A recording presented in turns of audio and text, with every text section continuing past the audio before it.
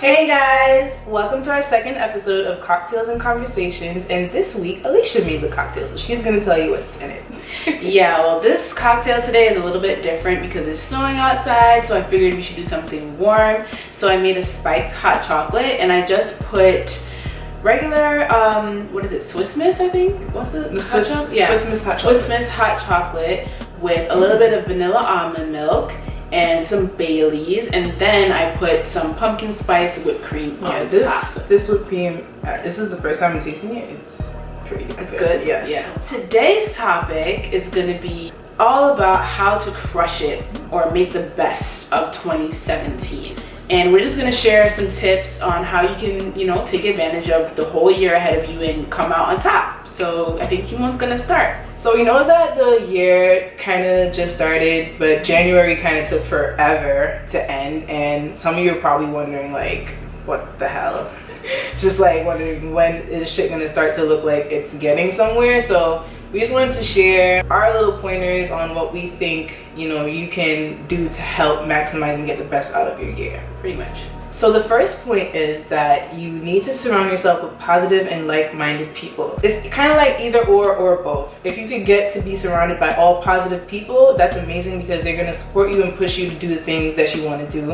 And if you can possibly align yourself with people who are like-minded or have similar goals, then it's going to be kind of like fuel for you to want to go aggressively after what you want to do or what you want to achieve. Right, so pretty much I agree with you. I actually spoke a little bit about it in a blog post I did on my website. I'll link it down below so you guys can read the full thing, but it was pretty much to cultivate a tribe, which just means, like KEAMONE said, like get a bunch of like-minded people around, because especially if you're an entrepreneur, I don't know if any entrepreneurs are watching this, but especially if you're an entrepreneur, you know that your family and your closest friends are usually the people who don't understand what you're going through, and they're not that supportive. I mean, they don't mean bad by it, but they usually aren't.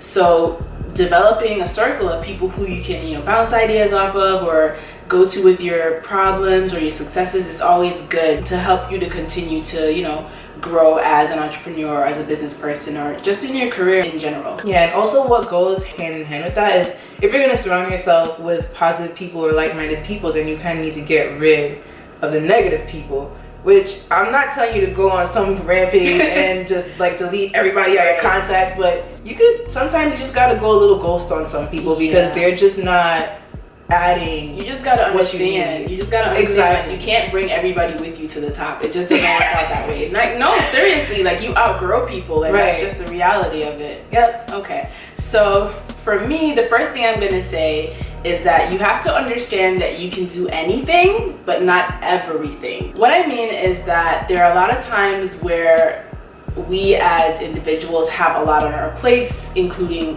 house life, social life, work life. It becomes a lot, and some of us don't want to say no when either your boss or your coworker, your friend, your family asks you for a favor or for help with something. You feel guilty inside to say no, but then what ends up happening is that you say yes, you end up doing it and neglecting something else that you had to do in order to do that, and then you end up resenting the person low-key because it took away from something that was important to you or time that you could have been spending to do something else that needed to get done.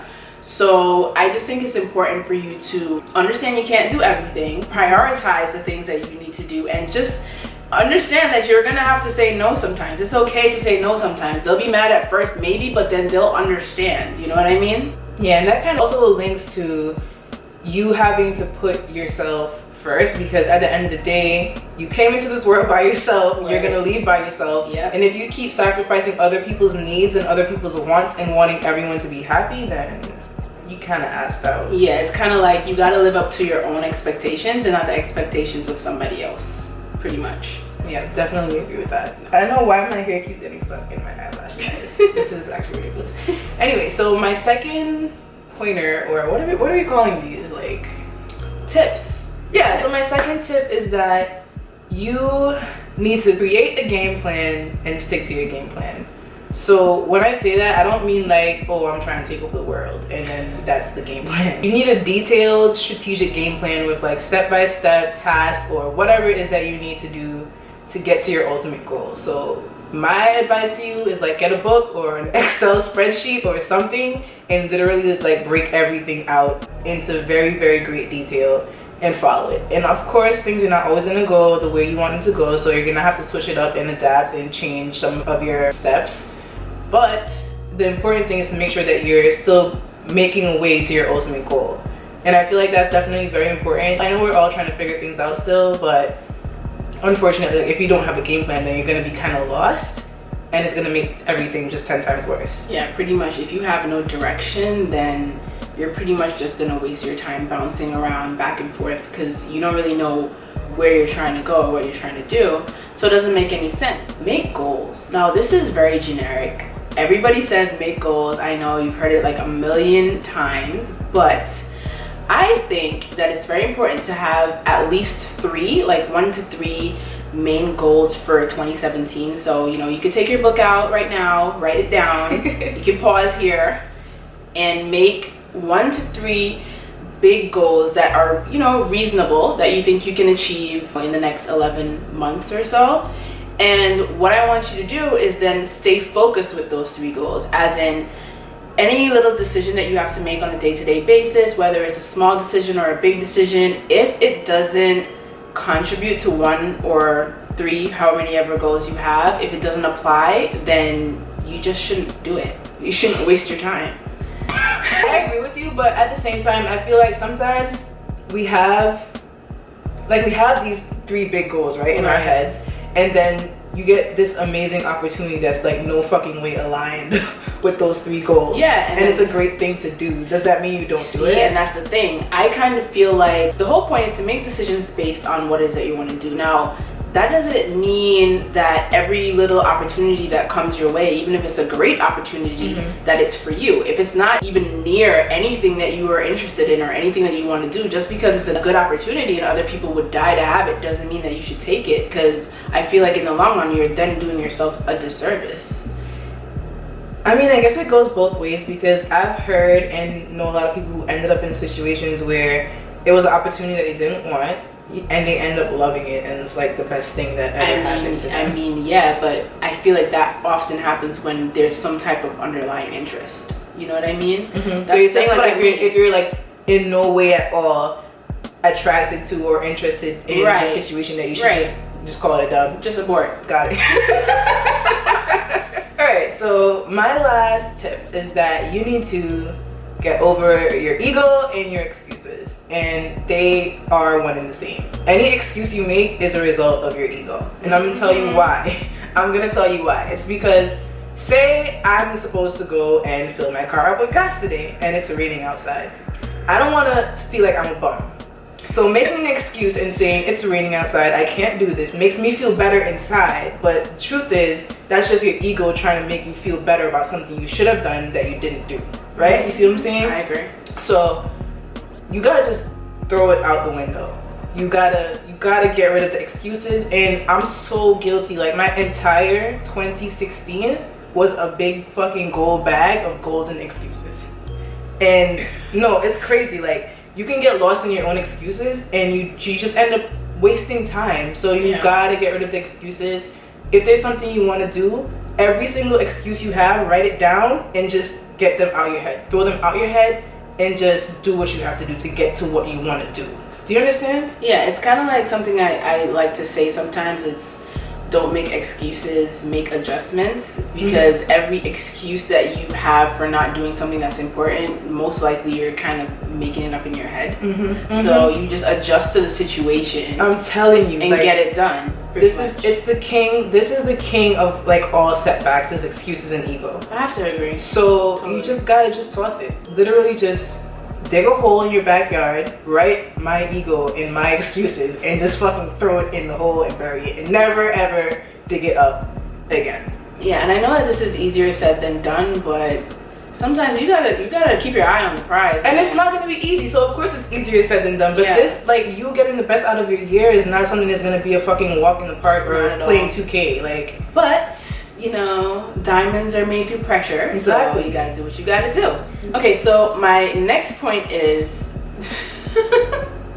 I'm sorry. So my next point is kind of funny, but it's very. Nah, I'm really waiting to hear what this is. No, I need It's to know. funny, and I know people are gonna look at me sideways when it comes out of my mouth, but dead ass, like You always saying some next thing. because it will save your 20. Trust me, it will save your 2017. Okay. Alright. My next point is to simply mind your business. Okay. Wow. I'm serious. Like if you mind your business in 2017, you'll have more energy and time to focus on what it is that you want to do and what you want to get done. So if you mind your business, you will have an amazing year. And you know what? If you mind your business, you're not gonna compare yourself to people, and you're not gonna feel like shit when you kind of should feel like shit. If you understand what I'm saying. I totally agree. Like, for real though, if you just mind your business, like mind your own business and just do your thing, Eat then fruit and drink water. That's a bonus. You lose weight too. you'll feel better about yourself, because oftentimes you idealize other people and it's like, no. And the thing about it too, especially with social media these days, you're idolizing people that you don't even really know what their reality is. You're just seeing what they want you to see, and a lot of times people put themselves down and think that what they're doing isn't enough, like they haven't accomplished much because of what they see somebody else doing, when this person isn't necessarily really doing all this stuff, you know. So mind your business 2017. Guys, I have a bonus tip. this always happens, and this is gonna sound real weird, but it's something that works for me, so I'm just gonna share it with you.